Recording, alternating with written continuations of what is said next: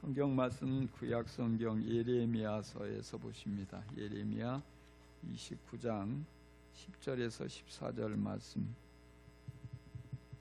예레미야 29장 10절에서 14절 교독하겠습니다. 마지막 절을 우리 함께 읽고요. 나 주가 분명히 말한다. 너희가 바벨로니아에서 70년을 다 채우고 나면 내가 너희를 돌아보아 너희를 이곳으로 다시 데리고 오기로 한 나의 은혜로운 약속을 너희에게 그대로 이루어 주겠다. 너희를 두고 계획하고 있는 일들은 오직 나만이 알고 있다. 내가 너희를 두고 계획하고 있는 일들은 재앙이 아니라 번영이다. 너희에게 미래에 대한 희망을 주려는 것이다. 나 주의 말이다. 너희가 나를 부르고 나에게 와서 기도하면 내가 너희의 호소를 들어주겠다. 너희가 나를 찾으면 나를 만날 것이다. 너희가 온전한 마음으로 나를 찾기만 하면 다 같이 내가 너희를 만나주겠다. 나 주의 말이다. 내가 너희를 포로 생활에서 돌아오게 하겠다. 내가 너희를 쫓아 보냈던 세상의 모든 나라 모든 지역에서 너희를 모아오겠다. 내가 너희를 포로로 보냈으나 나는 너희를 그곳에서 너희의 고향으로 다시 데려오겠다. 나 주의 말이다. 아멘. 아주 오래전에 제가 육군 병사로 징집이 돼서 이제 군에 있으면서 유격 훈련을 갔을 때 일입니다. 훈련이 너무너무 고돼서 우리 모두는 지쳐 있었죠. 어느 정도로 힘들었냐면 입맛이 다 사라질 정도로. 그래서 전부 밥을 다 가지고 반도 못 먹고 다 버리는 거예요. 안 넘어가니까. 참 휴식 시간을 1시간이라도 좀 주면 좋겠는데 아주 칼같이 훈련을 하는 거예요. 그래서 아주 강도 높인 훈련이 계속 이어지는데 너무 힘들어요. 근데 한 이제 코스로 이동을 했는데 빨간 모자를 쓴 조교가 엉뚱한 지시를 했어요. 자, 지금부터 여러분들은 돌멩이를 하나씩 주워 들고 다시 집합한다. 실시. 그리고 우리가 흩어져서 생각을 하는 거죠. 틀림없이 이제 맨몸으로 PT 체조를 해도 힘든데 돌멩이를 쥐고서 하면 얼마나 더 힘들까. 그래서 전부 돌멩이들을 머리를 써가지고 가장 작은 걸로 손가락만한 주먹만한 것 뭐 이렇게 해서 전부 들고 이제 집합을 했어요. 근데 그 순간에 아주 짧은 순간인데 제 눈에는 이 조교가 무슨 생각을 하는지 보이는 거예요.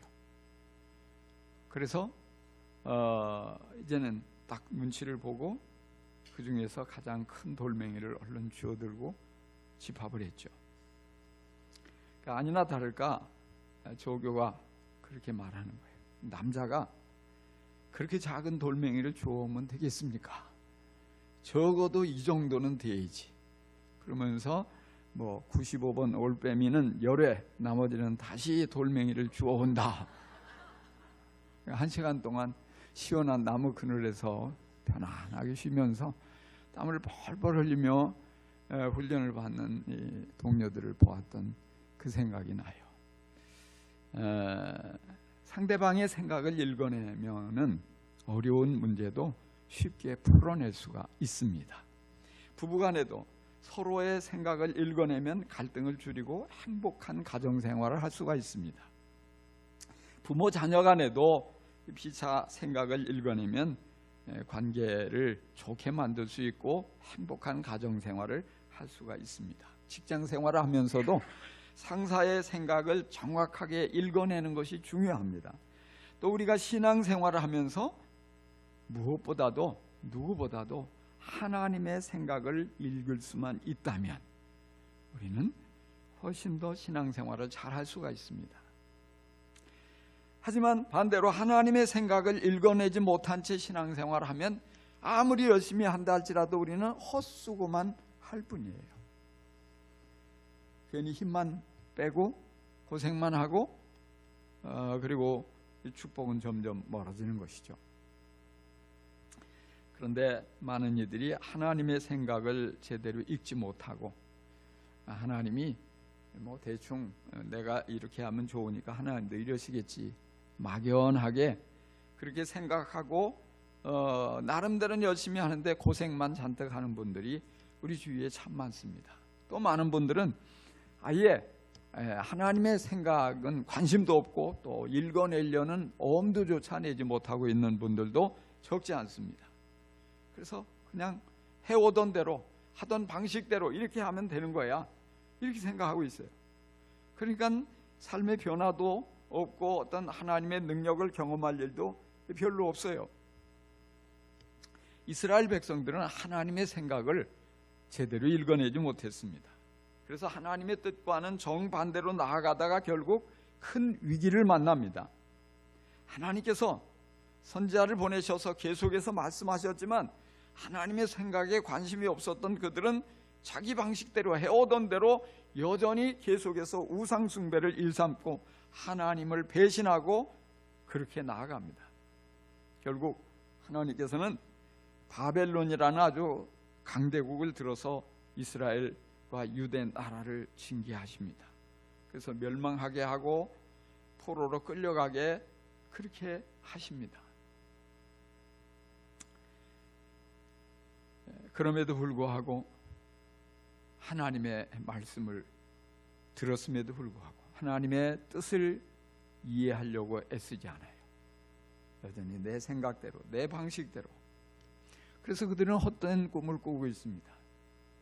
그래도 우리가 힘을 다해서 저항을 하면 저 바벨론을 물리칠 수 있을 거야, 그렇게 자신들의 힘으로 독립을 쟁취해 보려고 하고 전쟁에 이겨보려고 애를 쓰지만 그러면 그럴수록 많은 희생자만 이제 날 뿐이고, 그리고 더 저들의 마음을 더 강하게 만들어서 아주 잔혹하게 유대 백성을 대하는 일들이 지속되고 있었어요. 하나님께서 우리가 읽었던 예레미야 29장에 예레미야를 통해서 다시 말씀하셔요. 너희를 두고 계획하고 있는 일들은 오직 나만이 알고 있다. 내가 너희를 두고 계획하고 있는 일들은 재앙이 아니라 번영이다. 너희에게 미래에 대한 희망을 주려는 것이다. 나 주의 말이다. 하나님께서 하나님의 그 생각을 보여주시는 거예요. 오늘 이 말씀을 개역 성경은 이렇게 번역을 했어요. 너희를 향한 나의 생각을 내가 아나니 평안이요 재앙이 아니니라. 오늘 새 번역은 계획이라고, 하나님의 계획, 나의 계획이라고 하셨고, 개역 성경은 나의 생각이라고 말씀을 하셨어요. 생각과 계획 크게 다르지 않아요.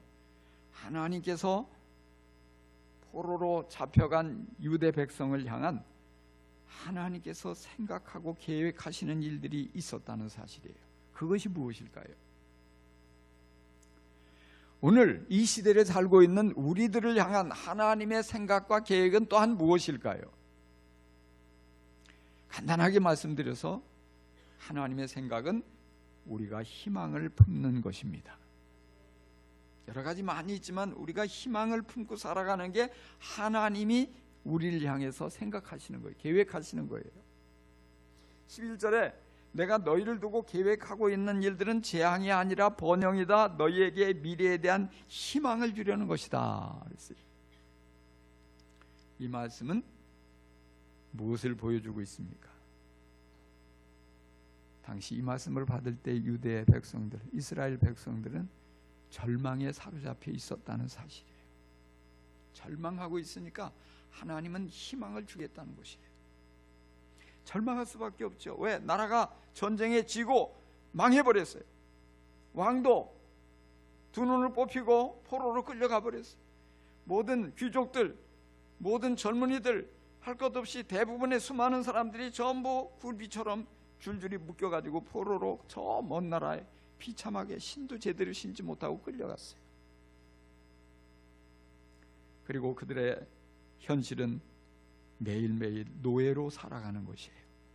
힘들고 어려운 일에 고역에 동원돼서 채찍맞으면서 일하는 이런 삶이 하루 이틀도 아니고 계속해서 지속되는 거예요. 얼마나 낙심이 됐을까요? 얼마나 실망이 됐을까요? 하나님은 분명히 우리 민족을 선택하셨다고 했는데 우리 민족을 통해서 세계 만민 가장 위에 높여주시고 우리를 통해서 세계 만민에게 복을 주시겠다고 하셨는데 왜 이런 엄청난 시련을 우리에게 주시는 것일까? 어떻게 망해도 그렇지 이렇게까지 망할 수가 있단 말인가? 눈을 뜨면 절망적인 현실이 딱 버티고 있습니다. 눈을 감으면 전혀 앞길이 아무리 보려고 해도 보이지 않는 막막함이 밀려왔습니다. 어떻게 살아갈 수 있습니까? 이런 현실 속에서 정말 필요한 것이 무엇입니까?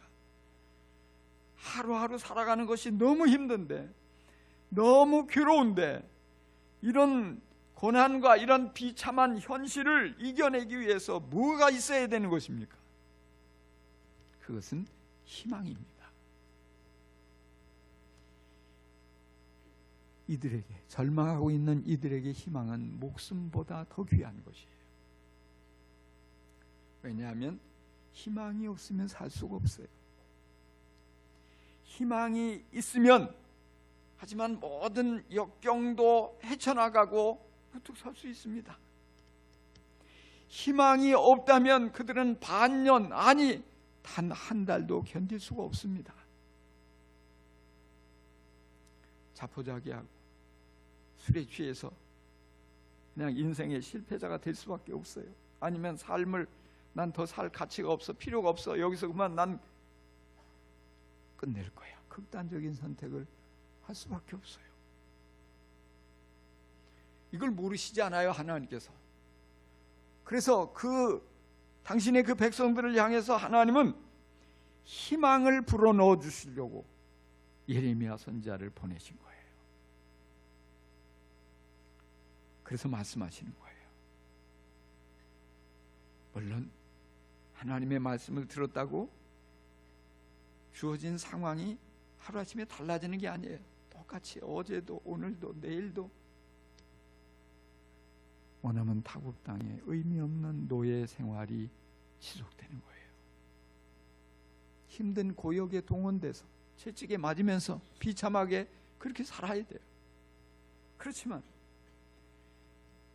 만약에 그들 중에 예레미야를 통해서 주어진 하나님의 말씀을 향해서 믿음을 가지고 있는 사람이 있다면 그들은 힘들 때마다 그 말씀을 떠올릴 겁니다. 그래, 분명히 하나님 말씀하셔서 하나님이 계획하고 있는 일은 재앙이 아니고 번영이라고 하셔서 지금은 우리가 비록 포로가 되어서 고통을 당하지만 하나님은 분명히 우리에게 회복을 말씀하셨어. 내 눈에 이 모든 것이 재앙으로 보이지만 하나님이 주신 것이니까 번영으로 가기 위한 하나의 과정에 불과해. 결국에는 잘 될 거야. 그러니까 내가 낙심하고 좌절할 필요가 없지.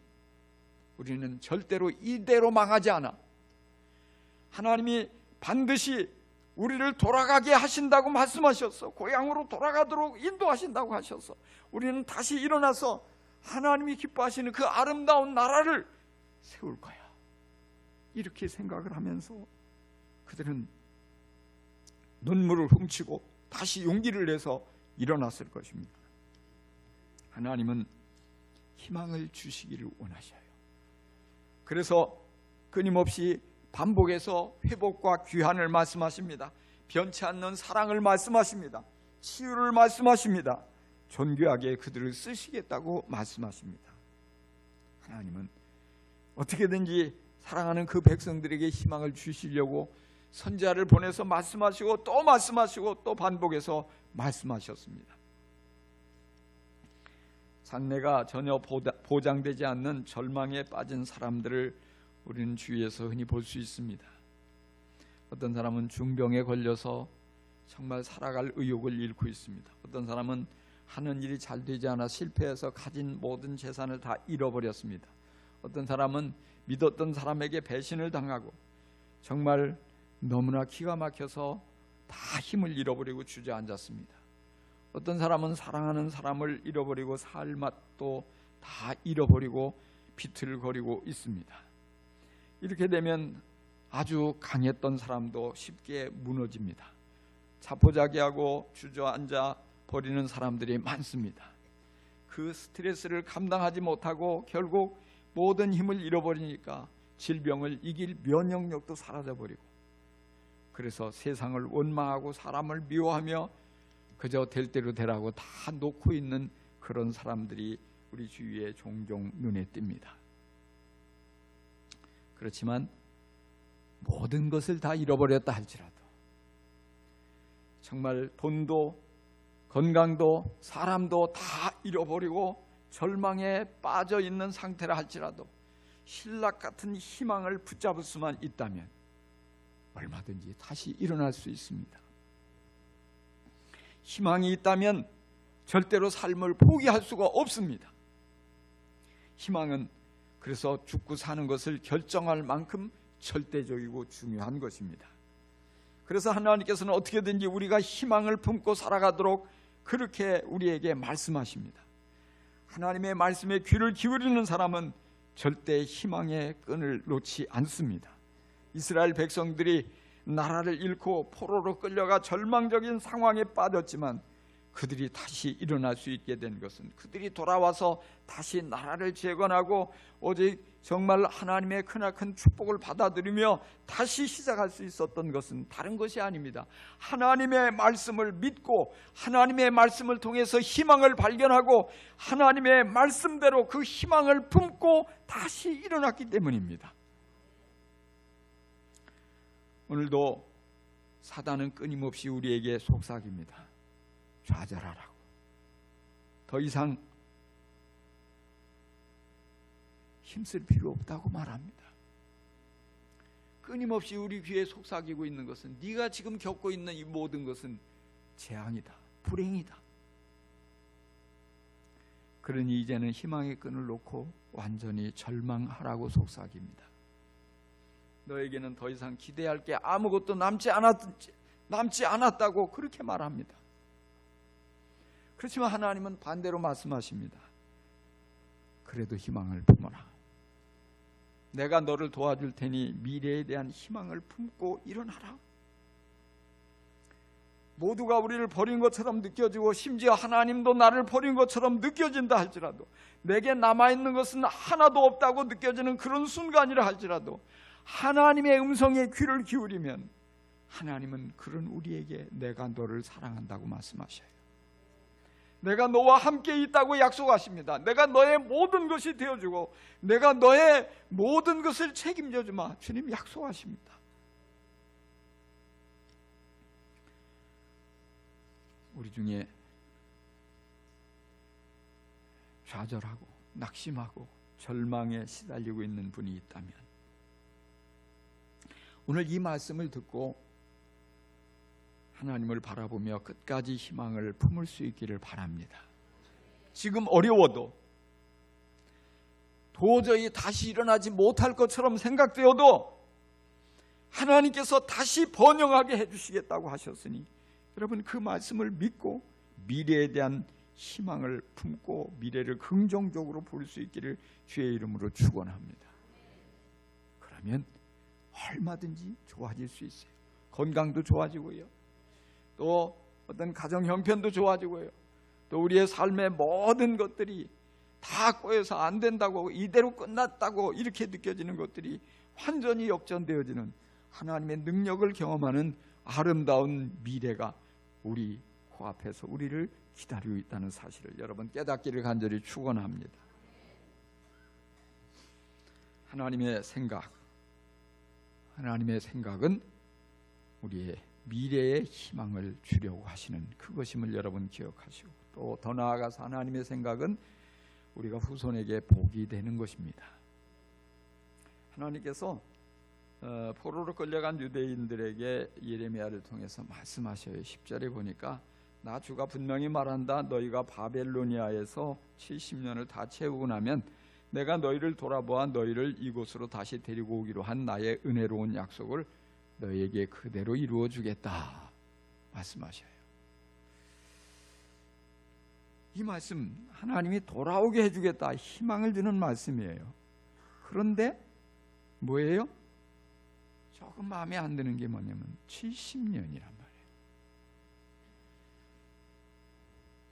포로로 끌려와서 지금 강제 노역에 시달리고 있는데 하루하루 버텨내는 게 너무 힘든데 7개월을 참고 기다리라고 해도 이 7개월 언제가? 이런 생각이 들지 않겠어요? 너희가 7년만 좀 참으면 내가 돌아가게 해주마. 그래도 7년 그래 가지고 눈 딱 감고 한번 죽었다 생각하고 7년 버텨보자 할 수도 있잖아요. 근데 하나님은 70년을 말씀하셨어요. 무슨 생각이 들까요? 70년. 제가 오늘 70 때는 칠순 잔치를 여러분 해주시는데 얼마나 긴 시간이에요? 왜 하나님은 70년 동안 좀 적당히 말이죠. 한두 해 하다 돌아가게 해주시지. 능력 많으신 하나님이 70년 동안을 꼬박 바벨론에서 포로 생활을 하라고 하시는 것일까요? 한마디로 말해서 사람들은 너나 할 것 없이 좀 조급함이 있어요. 신앙생활을 하면서도 조급하지 않아요, 여러분? 네. 많은 분들이요 조급해가지고 기도하고 눈 딱 뜨고 모든 게 내가 기도한 대로 싹 바뀌어졌으면 이렇게 생각을 하고 확인을 해요. 근데 어떻게 해요? 하나도 안 바뀌어지고 그대로 있는 거예요. 에이 기도해봐야 아무 소용없네. 이런 소리 하는 거예요. 여러분 찔리죠? 네? 내가 사랑으로 그래 은혜 받고 말씀대로 은혜 받았으니까 내가 집에 가서 내가 믿지 않는 남편에게 사랑으로 내가 섬겨주겠다. 큰맘 먹고 결심하고 사랑도 표현하고 사랑한다고도 하고 맛있게 뭐도 해서 해주고 그러면 감동이 돼서 변화될 거야. 근데 하루하고 이틀하고 사흘하고 해도 뭐 하나도 변화는커녕 아예 더 아주 그냥 의기양양해가지고 더 많이 요구하네. 에이 이거 그러면 그렇지 무슨 사람 봐가면서 사랑을 실천해야지. 내가 너한테 이래봐야 무슨 소용이 있어. 집어쳐. 그만. 더 오히려 화가 나가지고 막. 그러니까 뭐예요? 그러면 그렇지. 내가 며칠이나 가나 했다. 내가 봤다. 이러다. 전도를 하는 것도 마찬가지고요. 모든 면에 우리가 이렇게 관계를 맺고 사랑을 실천하고 정말 선하고 좋은 일이잖아요. 근데 문제는 뭐냐면 열매를 우리가 얻지 못하는 건 조급함 때문에. 여러분 나무 심어놓고 돌아서서 이튿날 한 달 후에 열매 따려고 하면 열매가 맺혀져요? 안 된단 말이에요. 적어도 이 교회당에 여러 유실수들이 있는데 여기 심겨진 나무들은 적어도 10년 어떤 건 20년 된 나무들이 이래 봬도 이 조그만 해도 이제 조그맣게 열매 맺고 있는 이런 것들이요 시간이 이렇게 흐르니까 열매를 맺는단 말이에요. 하나님은 이스라엘 백성들이 빨리 집에 가고 빨리 고향으로 돌아가고 싶어하는 걸 잘 아세요. 근데 뭐예요? 그렇게 돌아가게 해주면 어떻게 돼요? 그들이 지금 고생할 때는 우리가 죄졌으니까 회개하고 잘못했습니다. 내가 다시는 그러지 않겠습니다. 결코 우상 숭배하지 않습니다. 하나님 말씀에 순종할 겁니다. 그렇게 결심했지만 돌아가면 며칠 만에 다시 제자리로 돌아오고 똑같은 삶이 반복되는 거예요. 그게 사람이에요. 그걸 하나님이 아신단 말이에요.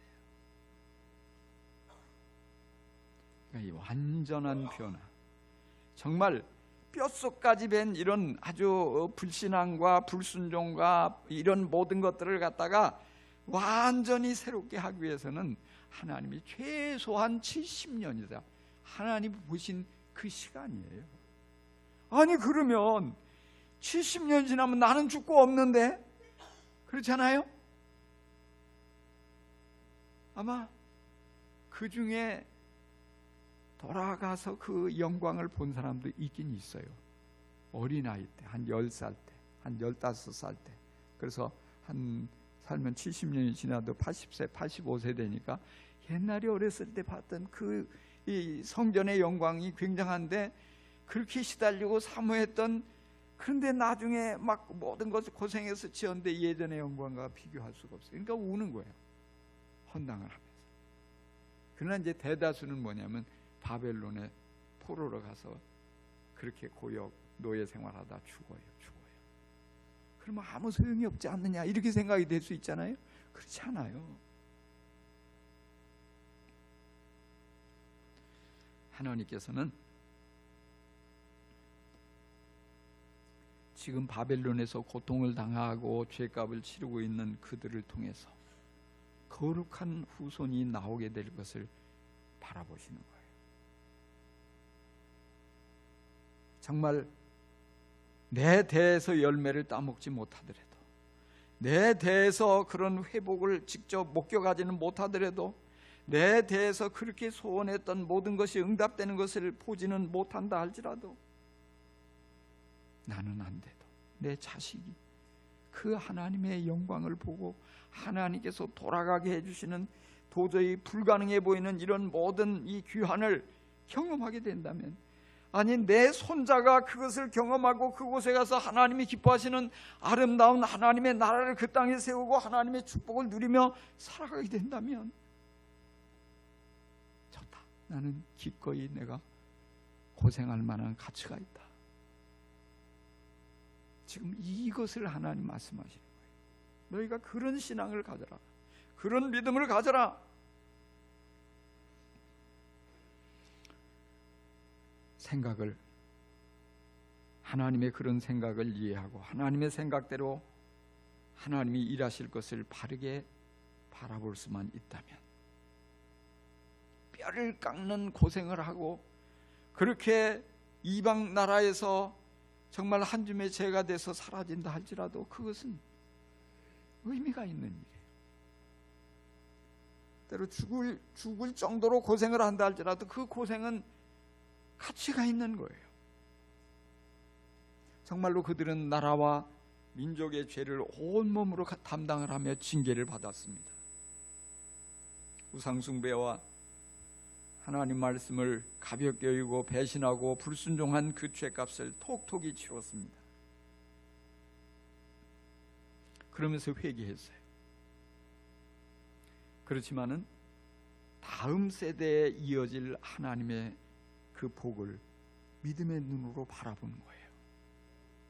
내 아들을 통해서, 내 손자를 통해서 세워질 하나님의 나라를 믿음으로 내다보는 거예요.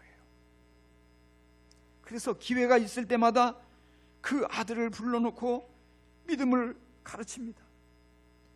우리가 여기 와서 이렇게 포로가 돼서 이런 고생을 하는 것은 우리 조상과 우리들이 하나님 말씀에 불순종하고 그 불신하고 우상숭배하고 계속해서 하나님의 말씀을 거스리며 살았기 때문에 이렇게 되는 거예요. 너희들만큼은 이제는 고국에 돌아가서 하나님의 나라를 재건하고 하나님의 축복을 누려야 돼.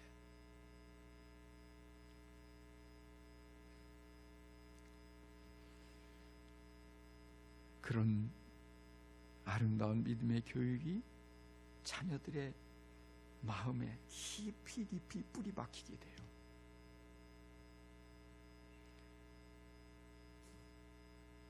우리나라도요, 우리나라의 믿음의 선조들, 1세대 신앙을 가졌던 분들, 참 훌륭한 분들이 많아요.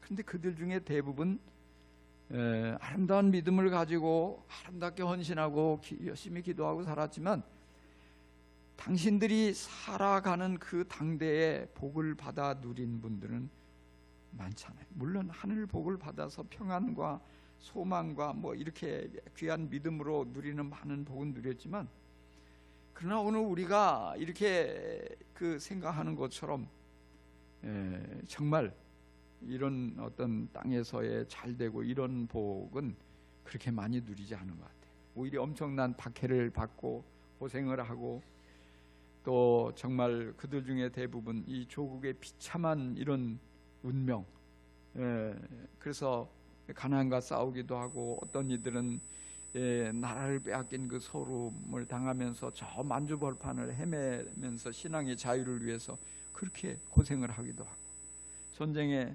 이런 이 상처를 경험하기도 하고 흩어지고, 그러나 모두가 참 대부분 나는 이렇게 살지만 내 자식은, 내 손자는 정말 이 부강한 나라에서, 정말 안정된 나라에서 온갖 하나님께 복을 받으며 잘 살게 해줘야지, 그래서 정말 이 추운 마르바닥에서 눈물로 기도하며 그렇게 열심히 신앙생활을 하셨습니다. 그래서 지금 우리들이 그분들의 그런 기도와 헌신과 순종의 그 믿음의 열매를 따먹고 있는 거예요. 저 역시도 참 제가 좋은 환경 속에서 이렇게 목회를 하는 큰 복을 누리고 있어요. 근데 그것은 뭐 제가 잘해서라기보다는 초창기 악조건 속에서 참 여러 교회를 맡아 목회를 하면서 희생하시고 고생하셨던 그런 외할아버지의 그런 모든 그 이 뿌린 씨에 대한 열매를 내가 맛보는 것이다. 그리고 격변기에 꿋꿋이 신앙의 지조를 지키고 열심히 기도하고 아름답게 교회를 섬겼던 우리 부모님의 이런 모든 그 심어놓은 그 열매를 따고 있다고 저는 그렇게 확신합니다. 따라서 오늘 우리들이요, 내가 지금 잘해야 우리 자녀들이 하나님께 복을 받아 누린다는 사실을 깨달아야 돼요. 지금 그 열매를 따먹고 취해서 난 좋아, 만족해, 이렇게만 있을 게 아니라 나도 뭔가를 심어야지. 아름다운 믿음을 심어야지. 내가 지금 힘이 들어도 좀 고생이 돼도 멀리 내다보면서 정말 더 기도하고 더 순종하고 더 헌신하고 그래야 내 자녀들이 따먹을 열매가 있다. 내 손자들이 따먹을 열매가 있다. 이렇게 우리는 깨달아야 돼요. 그래서 내가 심고 내가 지금 따먹으려고 하면 안 돼요. 하나님께서는 여기 이스라엘 백성들에게 70년 후에 돌아가게 하신다고 했어요. 70년. 뭐 70년까지는 몰라도 적어도 그 정도는 내다볼 수 있어야 되지 않느냐.